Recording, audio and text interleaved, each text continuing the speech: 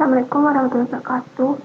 Eh, Kami dari kelompok 5, SIP 1, percobaan 4 praktikum analisis biomedik beranggotakan Devi Eka Pratama, Elisa Meliawati, Era Melenia Fitria Putri, Murni Novita Eka Sari, Rahmawati, Rahmiati Devi, dan Yuanda Novarialdi. Di sini judul kami yaitu analisis kualitatif DNA pada daun jarak. Kemudian tujuannya yaitu untuk melakukan analisis kualitatif DNA pada daun jarak menggunakan spektrofotometer UV phase.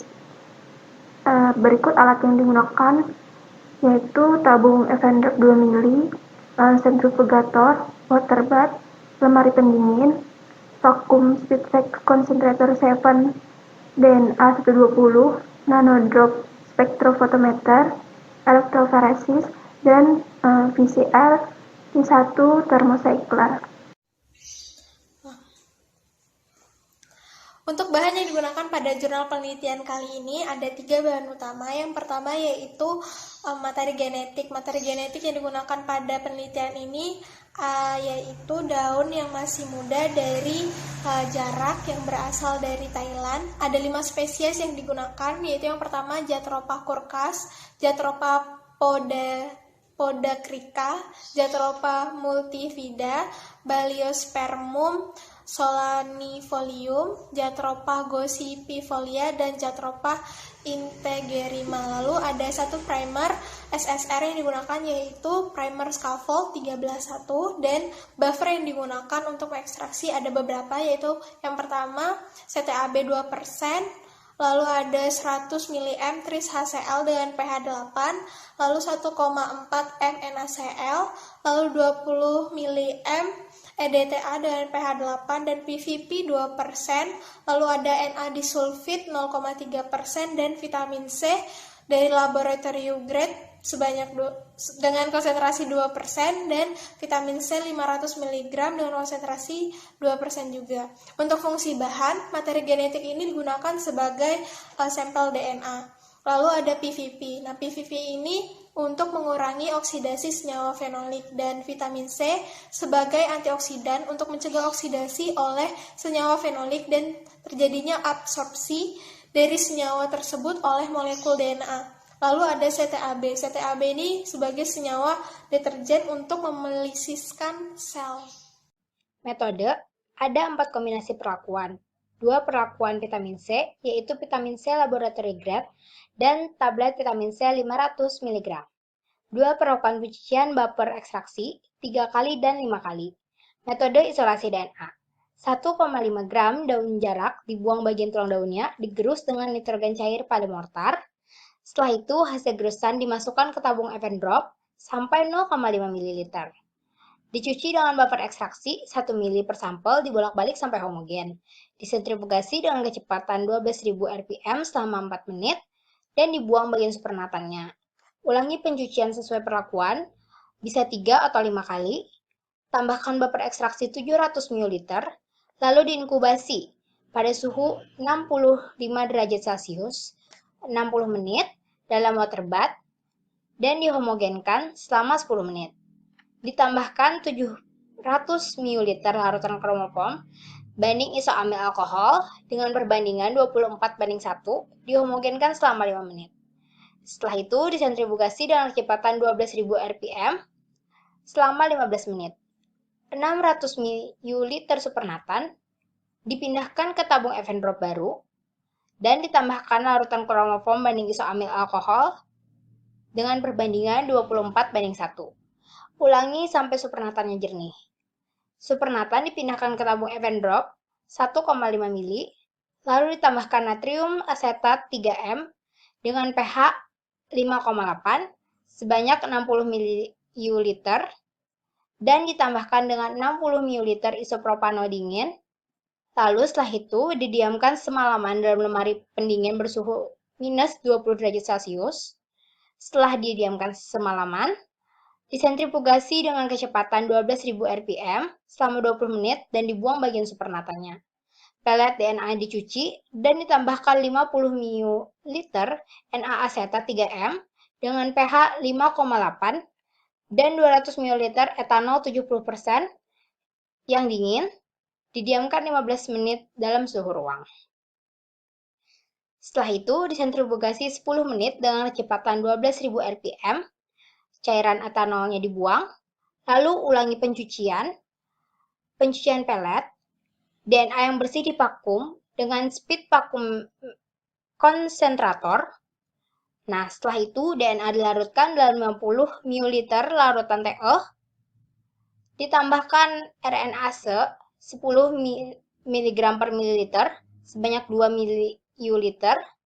Larutan DNA stok diinkubasi 1 jam dengan suhu 30 derajat Celcius. Lalu, larutan DNA stok disimpan pada suhu minus 20 derajat Celcius sampai siap digunakan. Selanjutnya yaitu dilakukan uji kuantitatif dan kualitatif larutan DNA tanaman jarak. Uji ini dilakukan untuk mengetahui kemurnian dari hasil isolasi tanaman tersebut.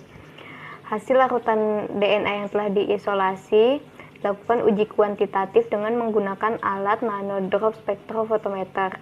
Hasil kemurnian DNA ini diuji dapat diukur dari nilai perbandingan dari absorbansi pada panjang gelombang 260 nanometer dengan panjang gelombang 280 nanometer.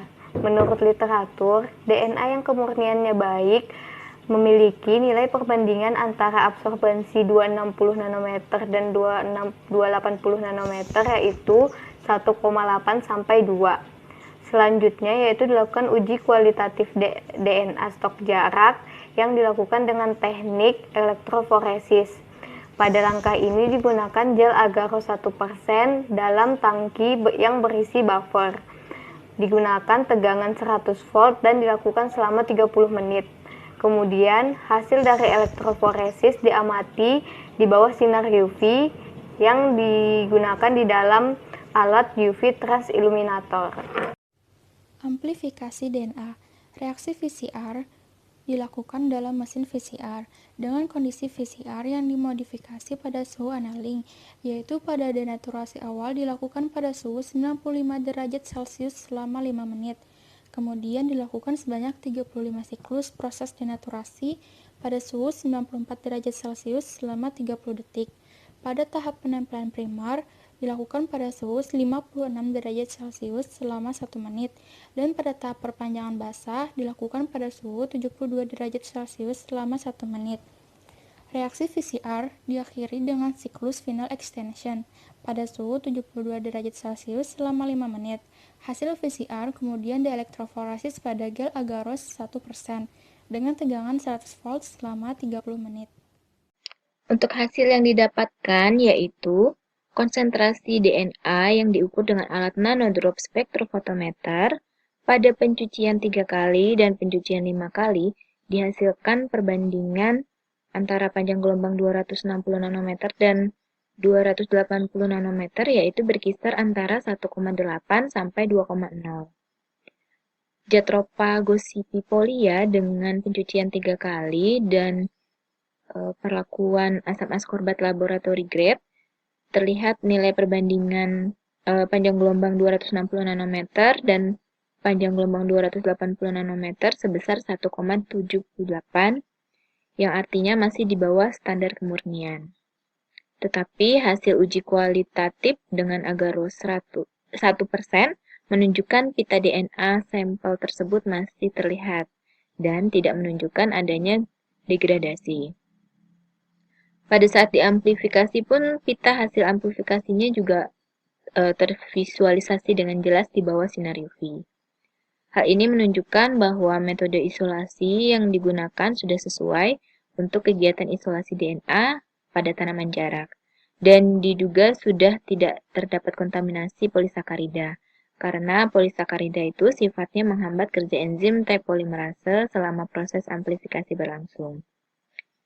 Hasil isolasi menunjukkan bahwa penambahan asam askorbat, baik laboratory grade maupun yang berasal dari tablet vitamin C 500 mg, mampu menghasilkan DNA dengan kualitas yang baik.